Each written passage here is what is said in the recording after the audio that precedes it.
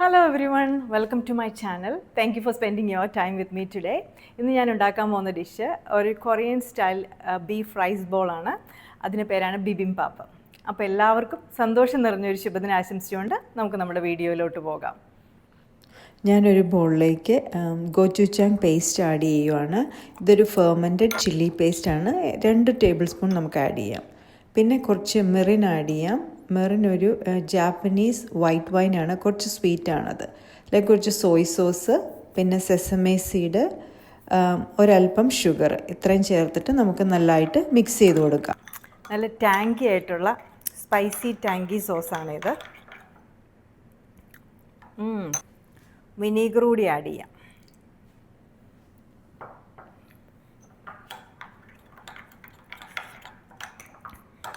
നമ്മുടെ first sauce ready ആയിട്ടുണ്ട്. നമുക്കിത് കുറച്ച് സോയ് സോസ്, കുറച്ച് സെസമി ഓയിൽ, സെസമി സീഡ്, അല്പം മെറിൻ, വിനീഗർ മിക്സ് ചെയ്യാം. ഡിഫറെൻ്റ് ആയിട്ടുള്ള സോസസ് റെഡിയായി. ഒന്ന് മാരിനേഷനും രണ്ടും വേണം മാരിനേഷന്. ബീഫ് തിൻ സ്ട്രിപ്സ് ആയിട്ട് കട്ട് ചെയ്തെടുത്തിട്ടുണ്ട്. നമ്മൾ ഈ ബീഫിലോട്ട് നമ്മുടെ ആദ്യത്തെ മാരിനേഡ്, ഗോചുചാൻ സോസ് ചേർത്തിട്ടുള്ള മാരിനേഡ് ഒഴിച്ചു കൊടുക്കാം. നമുക്ക് നമ്മുടെ സോയ് സോസും സെസമേ ഓയിലും ഒക്കെയുള്ള രണ്ടാമത്തെ മാരിനേഡും കുറച്ച് ഒഴിച്ചു കൊടുക്കാം. രണ്ടിൽ സോയ് സോസിന് ഉപ്പുള്ളതുകൊണ്ട് നമുക്ക് ഉപ്പ് വേണ്ടി വരില്ല. കുക്ക് ചെയ്യുന്ന സമയത്ത് വേണമെങ്കിൽ നമുക്ക് ആഡ് ചെയ്താൽ മതി. ഇനി ഇതൊന്ന് നമുക്ക് നല്ലതായിട്ട് മിക്സ് ചെയ്യാം.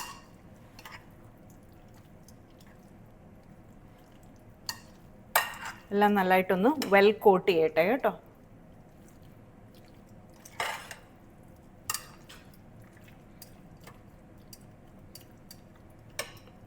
അപ്പം നല്ലതായിട്ട് മിക്സ് ആയിട്ടുണ്ട്. ഇനി നമുക്ക് ഞാനൊരു കാസ്റ്റ് അയൺ പാൻ വെച്ചിട്ടുണ്ട്. നല്ല ഹൈ ഹീറ്റിൽ നമുക്ക് ഈ ബീഫ് വേവിച്ചെടുക്കാം. കുറച്ച് സെസമി ഓയിൽ ഒഴിച്ചെടുക്കാം. കുറച്ച് മതി. കുറച്ച് ജിഞ്ചർ ആൻഡ് ഗാർലിക് ക്രഷ് ചെയ്തോടെ ആഡ് ചെയ്യാം.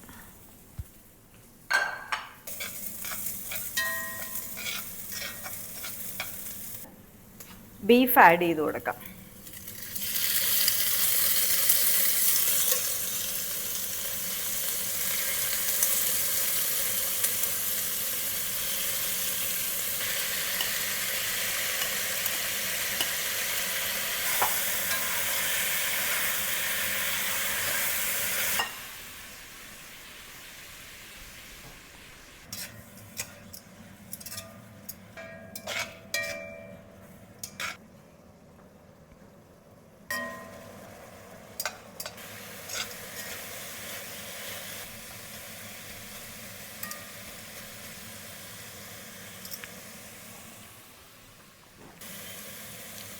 ബീഫ് വെള്ളമെല്ലാം പറ്റി നല്ലതായിട്ട് ഡ്രൈ ആയിട്ടുണ്ട്, കുക്കായിട്ടുണ്ട്. ഇനി നമുക്കിതൊരു പാത്രത്തിലേക്ക് മാറ്റി കൊടുക്കാം.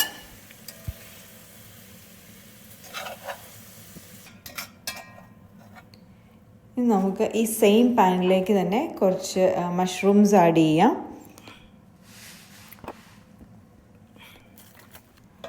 നല്ലതായിട്ടൊന്ന് വഴറ്റിയെടുക്കാം. ഇതിലേക്ക് കുറച്ച് ക്യാരറ്റ്സ് കൂടി ആഡ് ചെയ്യുവാണ്. നമ്മൾ കണ്ടിട്ടില്ലേ, ഈ കൊറിയൻ റൈസ് ബോളിനൊക്കെ ഒത്തിരി കോണ്ടിമെൻറ്റ്സ് അതിൻ്റെ കൂടെ അവർ കഴിക്കും. അപ്പോൾ ഇപ്പം ഞാൻ മഷ്റൂം ആൻഡ് ക്യാരറ്റ് ആഡ് ചെയ്തിട്ടുണ്ട്. ഇനി കുറച്ച് സ്പിനാച്ച്, ഞാനിപ്പോൾ ഇട്ടിരിക്കുന്ന ചോയ്സം ചോപ്പ് ചെയ്താണ്. നിങ്ങൾക്ക് കിട്ടുന്ന അവൈലബിൾ ആയിട്ടുള്ള ടൈപ്പ് സ്പിനാച്ചോ ഗ്രീൻ ലീഫി വെജിറ്റബിൾസോ ആഡ് ചെയ്യാം. ഇതെല്ലാം സെപ്പറേറ്റ് ആയിട്ട് വേണമെങ്കിലും ചെയ്യാം. ഞാനിപ്പോൾ ഒന്നിച്ചാണ് സോട്ട് ചെയ്യുന്നത്. ഇതിലേക്ക് നമ്മൾ രണ്ടാമത് ഉണ്ടാക്കി വെച്ച ആ സോസ്, സെസമി ഓയിലും സോയ് സോസും കൂടിയുള്ള ആ സോസ് കൂടി ആഡ് ചെയ്യാം. ഇനി നല്ലതായിട്ട് നമുക്ക് ഇളക്കി സോട്ടേ ചെയ്തെടുക്കാം. വെജിറ്റബിൾസ് വേവാൻ അധികം നേരം വേണ്ട, ഏകദേശം കുക്കായി വന്നിട്ടുണ്ട്. ഇപ്പോൾ തന്നെ നമുക്കൊന്ന് നല്ലതായിട്ട് ഇളക്കിയെടുക്കാം. ഇനി നമുക്ക് വെന്തിട്ടുണ്ട്. ഇനി നമുക്കിത് സെർവ് ചെയ്യാം.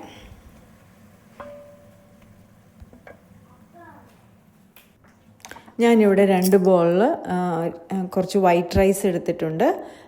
അതിലേക്ക് നമുക്ക് ബീഫ് ആഡ് ചെയ്യാം. വളരെ കുറച്ച് എമൗണ്ട് റൈസേ ഉള്ളേ, കാരണം ഇതൊരു ഹെൽത്തി ലെസ് കാലറി പ്രോട്ടീനായിട്ടുള്ള ഒരു റൈസ് ബോളാണ്, അതുകൊണ്ടാണ്.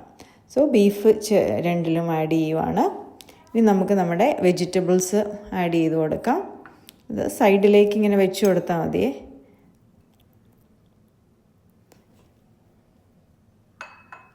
ഇത് വളരെ ന്യൂട്രീഷ്യസ് ആൻഡ് ഹെൽത്തി ആയിട്ടുള്ളൊരു റൈസ് ബോളാണ്. കുട്ടികൾക്കൊക്കെ ആണെങ്കിലും ഭയങ്കര ഇഷ്ടമായിരിക്കും, കാരണം ഇവിടെ പിള്ളേർക്കെല്ലാം ഭയങ്കര ഇഷ്ടമാണ് ഈ ബിബിംബാപ്പ് ഉണ്ടാക്കുന്ന ദിവസം ഡിന്നർ കഴിക്കാൻ. പിന്നെ കുറച്ച് ക്യുക്കുംബേഴ്സ് ആഡ് ചെയ്യുവാണ്, കട്ട് ചെയ്തത്.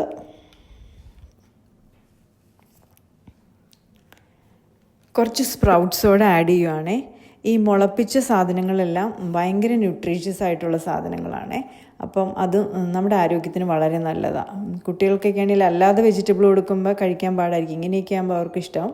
പിന്നെ ഒരു എഗ്ഗും കൂടെ, രണ്ടിലും ഓരോ എഗ്ഗും കൂടെ, ഇച്ചിരി യോക്ക് അധികം സെറ്റ് ആവാത്ത എഗ്ഗാണ്.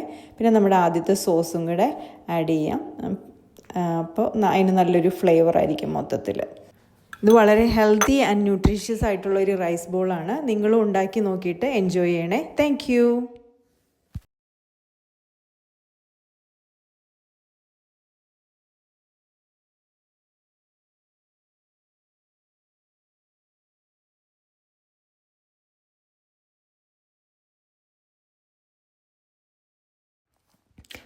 സോ നല്ലൊരു ഹെൽത്തി ആൻഡ് ന്യൂട്രീഷ്യസ് ആയിട്ടുള്ളൊരു റൈസ് ബോളാണ്. നിങ്ങളും ഉണ്ടാക്കി നോക്കിയിട്ട് എൻജോയ് ചെയ്ത് നോക്കണേ. Thank you.